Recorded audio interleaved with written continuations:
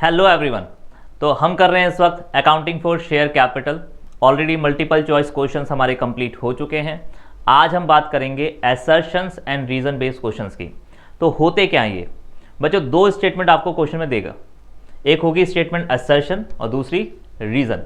सबसे पहले तो हमें ये देखना है कि ये दोनों स्टेटमेंट क्या वैलिड हैं या नहीं, मतलब सही हैं या नहीं।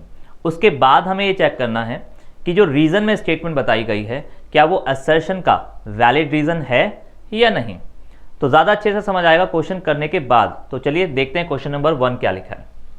आपके सामने दो स्टेटमेंट है, assertion and reason.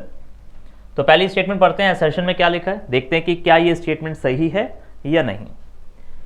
Equity shares are those shares which are not preference share.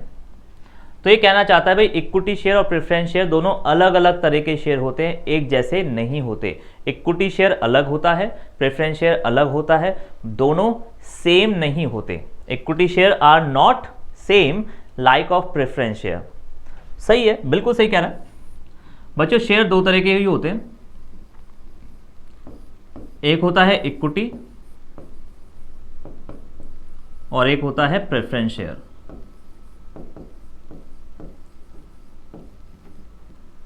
क्या फर्क है इनमें, कुछ एग्जाम्पल से समझते हैं, कुछ बेसिस डिफरेंस देखते हैं इनके बीच में। अगर मैं बात करूं डिविडेंड की, तो इनका डिविडेंड बच्चों फिक्स होता है, फिक्स डिविडेंड। इनके आगे एक प्रीफिक्स लगा होता है, परसेंटेज का साइन, जो हमें बताता है कि इनको कितना डिविडेंड मिलेगा। लेट सपोज यहां पे लिखा हुआ है 10% प्रेफरेंस शेयर, मतलब इनको 10% का डिविडेंड मिलेगा। लेकिन इनके आगे कोई प्रीफिक्स नहीं होता, इनका जो डिविडेंड है वो फिक्स नहीं होता, नॉट फिक्स्ड डिविडेंड। ऐसा हो सकता है कि इनको डिविडेंड बहुत ज्यादा मिल जाए और ऐसा भी हो सकता है इनको डिविडेंड मिले ही ना।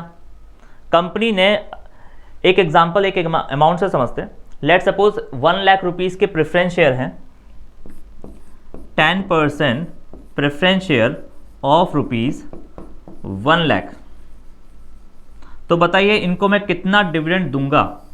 1 लाख रुपए के प्रेफरेंस शेयर हैं और 10% का रेट है, तो इनका जो डिविडेंड है वो 10,000 रुपीज जाएगा। अगर कंपनी का प्रॉफिट मान लीजिए 1 लाख रुपीज का प्रॉफिट है, तो कंपनी 1 लाख के प्रॉफिट में से क्या करेगी, इनको 10,000 रुपए का डिविडेंड दे देगी, बाकी 90,000 का डिविडेंड। बाकी 90,000 का प्रॉफिट किसको मिलेगा, उन 90,000 के प्रॉफिट पर पूरा अधिकार इक्विटी शेयर होल्डर वालों का है। मतलब इनको इतना ज़्यादा डिविडेंड और इनको सिर्फ 10,000। हाँ जी, ऐसा हो सकता है कि इनको डिविडेंड बहुत ज़्यादा मिल जाए। चलिए दूसरा एग्जांपल, लेट सपोज कंपनी का प्रॉफिट ही 10,000है, तो पूरा का पूरा 10,000 मैं इनको दे दूंगा और इनको मैं कुछ भी नहीं दूंगा। तो ऐसा हो सकता है कि इनको डिविडेंड बहुत ज़्यादा मिल जाए और ऐसा भी हो सकता है इनको डिविडेंड कुछ मिले ही ना। अगर डिविडेंड देने की बात आती है तो फर्स्ट प्रेफरेंस शेयर होल्डर वालों को मिलती है।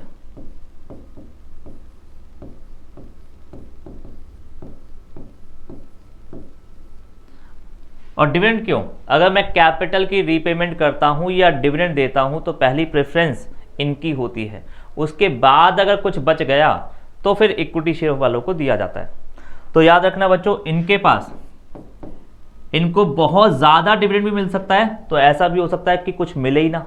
तो इनका जो रिस्क है, रिस्क और रिटर्न दोनों ही बहुत ज़्यादा हाई होते हैं। बच्चों रिस्क और रिटर्न आपस में जुड़े हुए हैं। अगर आप ज़िंदगी में ज़्यादा रिस्क उठाएंगे तो ज़्यादा रिटर्न भी, ज़्यादा रिवार्ड भी आपको मिलने के चांसेस ज़्यादा होंगे। रिस्क कम उठाओगे तो रिटर्न भी कम होंगे। जितना ज़्यादा रिस्क उतना ज़्यादा रिटर्न, उतने ज़्यादा रिवार्ड। जितना कम रिस्क उतना ही कम रिवार्ड। तो जो इक्विटी शेयर होते हैं उनमें जो रिस्क और रिटर्न है वो बहुत ज़्यादा होते हैं और इनका रिस्क रिटर्न फिक्स होता है। तो देखते हैं आगे क्या लिखा है। तो पहली स्टेटमेंट तो ठीक है, equity share and preference share are not same. Equity share are not preference share, तो दोनों ही बहुत अलग अलग तरह के शेयर हैं। आगे क्या कहता है, equity share are the least issue. Company जब शेयर इशू करती है तो कंपनी क्या कोशिश करती है कि वो प्रेफरेंस शेयर इशू करे या इक्विटी। बच्चों प्रैक्टिकली अगर बात करें तो कंपनी इक्विटी शेयर सबसे ज़्यादा इशू करती है। अगर आप रियल प्रैक्टिकल वर्ल्ड में देखेंगे तो आपको यही दिखेगा कि कंपनी क्या कर रही है, इक्विटी शेयर इशू कर रही है। तो इक्विटी शेयर ये वो शेयर है जो सबसे ज़्यादा इशू किए जाते हैं, जबकि स्टेटमेंट क्या लिखी है यहाँ पे, लीस्ट इशू, तो ये गलत है। हाईएस्ट होना चाहिए था, इक्विटी शेयर सबसे ज़्यादा इक्विटी शेयर इशू किए जाते हैं, तो इतनी स्टेटमेंट गलत। Class of share and carries the minimum risk and reward of the business. Equity share में जो रिस्क है और रिवार्ड है ये मिनिमम बता रहा है, जबकि मैंने आपको क्या बताया अभी, मैक्सिमम। हो सकता है इनको बहुत ज़्यादा डिविडेंड मिल जाए, मतलब मैक्सिमम, और हो सकता है इनको कुछ मिले ही ना, तो इनका फ़ायदा भी बहुत ज़्यादा हो सकता है, तो नुकसान भी हो सकता है। तो रिस्क एंड रिवार्ड दोनों ही यहाँ पे गलत बताएं, तो ये तो पूरी स्टेटमेंट गलत हो गई।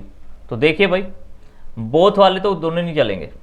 असर्शन ए इज फॉल्स, ये भी गलत हो गया। Assertion and reason both are true, दोनों को सही बता रहा है, दोनों को सही बता रहा है, दोनों सही नहीं है। पहला असर्शन ठीक है लेकिन रीजन गलत है। Assertion A is true but the reason r is false, तो अपना ऑप्शन होगा डी। तो इस तरीके से असर्शंस और रीजन बेस्ड क्वेश्चंस आते हैं। आपके सामने स्टेटमेंट्स होंगी, बस उन स्टेटमेंट की वैलिडिटी आपको चेक करनी है। तो आई होप आपको असर्शन और रीजन समझ आ गए कि क्या होते हैं। चलिए नेक्स्ट क्वेश्चन देखते हैं, पहले ऑप्शन चेक कर लेते हैं, option D. Next question, question number 2, minimum subscription is the minimum amount which must be subscribe by the public. Statement बच्चों ठीक कह रहा है, ये होता क्या है मिनिमम सब्सक्रिप्शन, उसको समझिए पहले। अगर कंपनी, बच्चों मैंने आपको एक चीज बताई थी, एक होता है ऑथोराइज कैपिटल,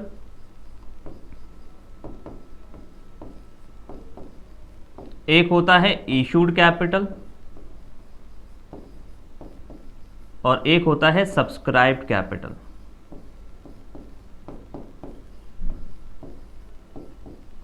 याद रखिएगा, अगर इशूड कैपिटल 1 लाख शेयर की है, एग्जाम्पल के लिए बता रहा हूं, अगर इशूड कैपिटल 1 लाख शेयर है तो सब्सक्राइब कैपिटल कम से कम 90% होनी चाहिए। 90% से अगर कम हुई तो फिर एक्सेप्टेबल नहीं है। तो सब्सक्राइब कैपिटल मिनिमम कितनी होनी चाहिए, मिनिमम 90%।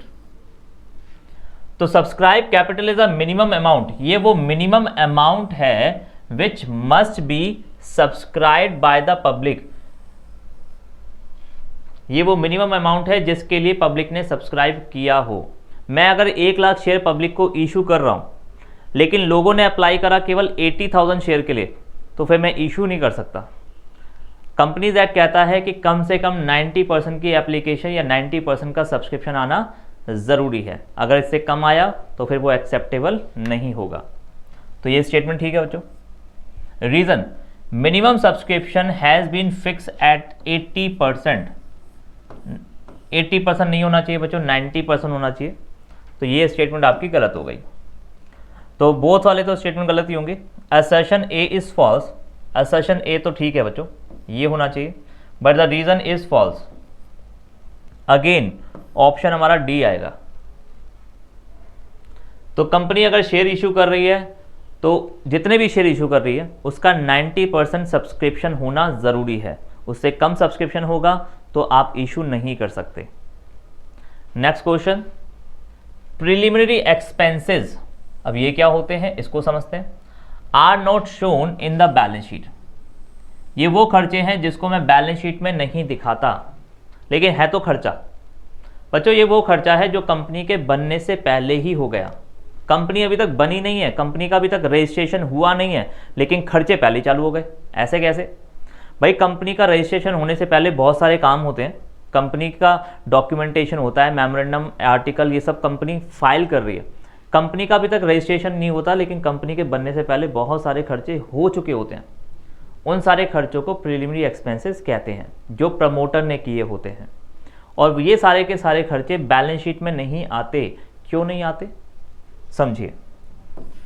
जो भी हमारे एक्सपेंडिचर हैं,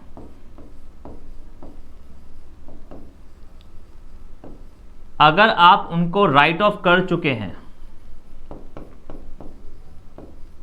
वो खर्चे जो राइट ऑफ हो चुके हैं वो चले जाते हैं बच्चों, वो बैलेंस शीट में कभी नहीं आते। Do not present in balance sheet. लेकिन वो खर्चे जो अभी तक राइट ऑफ नहीं हुए, नॉट रिटन ऑफ येट,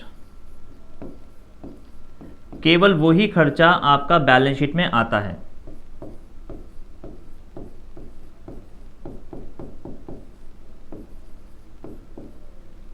और वो भी कहाँ जाएगा, वो एक अलग टॉपिक है। कौन से हेड में जाएगा, कौन से हेड में जाके डिडक्ट होगा, वो एक अलग टॉपिक है। फिलहाल एक्सपेंडिचर की थोड़ी प्रॉपर्टी समझ लीजिए। खर्चा अगर हुआ है और वो खर्चा अगर आप राइट ऑफ कर चुके हो, राइट ऑफ कर चुके मतलब अब वो बैलेंस शीट में नहीं आएगा, वो आपका इनकम स्टेटमेंट में चला जाएगा, इनकम के साथ एडजस्ट हो जाएगा। वो खर्चा जो अभी तक राइट ऑफ नहीं हुआ, केवल वही खर्चा आपका बैलेंस शीट में आता है। कहाँ आता है वो एक अलग टॉपिक होगा। तो ये कह रहा है भाई preliminary expenses are not shown in balance sheet. बिल्कुल सही कह रहा है बच्चों। क्यों? क्योंकि ये खर्चा राइट ऑफ हो चुका होगा, ये खर्चा राइट ऑफ हो जाता है। Preliminary expenses are written off in the same year. जिस साल में ये खर्चा होता है उसी साल में हम इसको राइट ऑफ कर देते हैं। मतलब कंपनी जैसी तैयार होती है, बनती है, उसी साल में हम कंपनी में ये वाले खर्चे राइट ऑफ कर देते हैं। अगर खर्चा राइट ऑफ हो चुका है तो फिर वो बैलेंस शीट में नहीं आएगा। तो दोनों ही स्टेटमेंट ठीक हैं। और आपको लग रहा होगा ये जो रीज़न लिखा हुआ है, क्या ये सही रीज़न है इस असर्शन का? ऊपर जो स्टेटमेंट लिखी हुई है, इस स्टेटमेंट का क्या यहाँ पर सही वैलिड रीज़न लिखा हुआ है? बिल्कुल लिखा हुआ है। तो both assertion and reason are true and the reason is a valid reason of assertion। ऐसा कुछ देखिए भाई, both assertion and reason are true and the reason is correct explanation of assertion। दोनों ही स्टेटमेंट ठीक हैं और आपका जो रीज़न में स्टेटमेंट लिखा हुआ है वो assertion का सही रीज़न है। तो आपका आंसर होगा, answer is a. Next question, calls in arrear. इसका मतलब मैंने पैसा मांगा लेकिन अभी तक आया नहीं। Is a amount which has not been called. ये कह रहा है भाई कॉल्स इन एरियर का मतलब वो पैसा जो मैंने अभी तक मांगा ही नहीं। गलत है। कॉल्स इन एरियर का मतलब मैंने तो पैसा मांगा लेकिन अभी तक आया नहीं, उस पैसे को कहते हैं कॉल्स इन एरियर। तो किसे कहते हैं कॉल्स इन एरियर? लिख देते हैं यहां पे जरा। कॉल्स इन एरियर का मतलब होता है amount has been called but not yet received. आपने पैसा मांगा लेकिन अभी तक आपको मिला नहीं, उस पैसे को कहते हैं कॉल्स इन एरियर। और calls in advance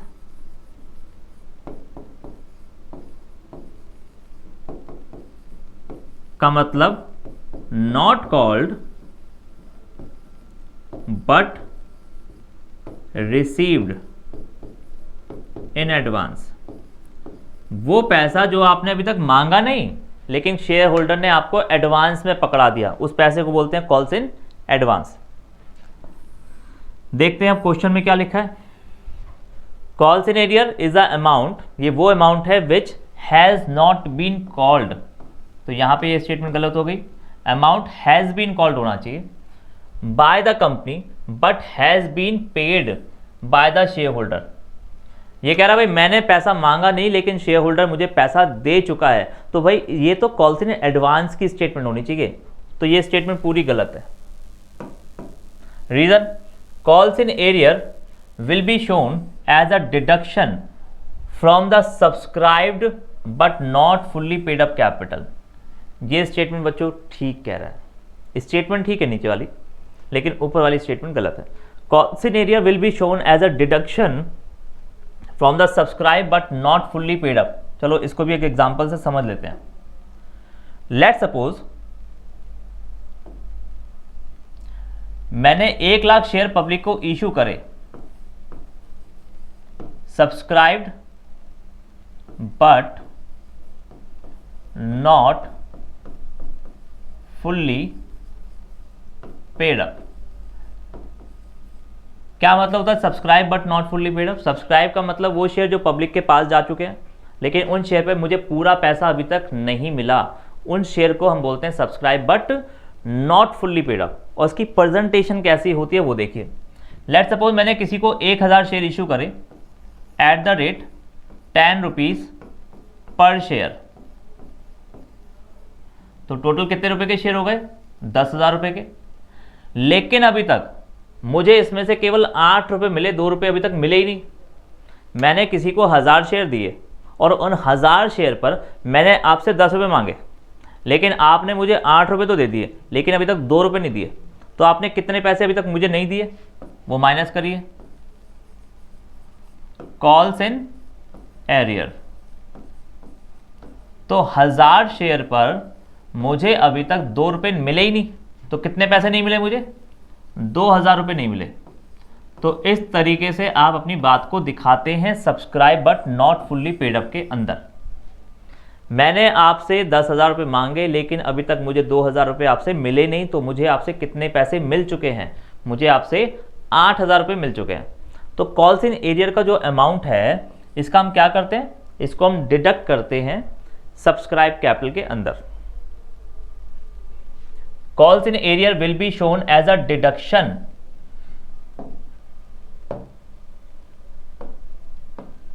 calls in area will be shown as a deduction from the subscribed but not fully paid up capital।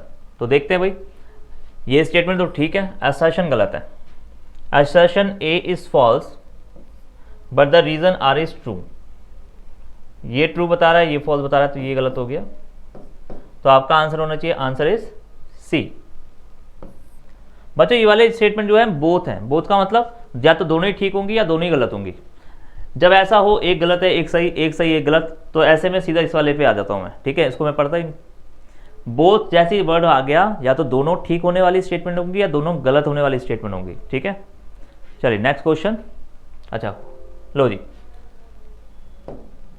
तो असर्शन बेस्ड क्वेश्चन हमारे कंप्लीट हो चुके हैं। अब हम बात करेंगे नेक्स्ट वीडियो के अंदर केस स्टडी बेस्ड क्वेश्चन, जिसमें आपको पूरा का पूरा एक कंप्लीट डिटेल क्वेश्चन दिया जाएगा और उसके ऊपर आपसे 5 क्वेश्चन पूछे जाएंगे, 4 या 5 क्वेश्चन आपसे पूछे जाएंगे। एक पूरा डिटेल क्वेश्चन होगा, उस क्वेश्चन के बेस पर आपको बहुत सारे नीचे 4-5 क्वेश्चन पूछे जाएंगे। तो चलिए मिलते हैं नेक्स्ट वीडियो के अंदर केस स्टडी बेस्ड क्वेश्चन में। चलिए बाय बाय।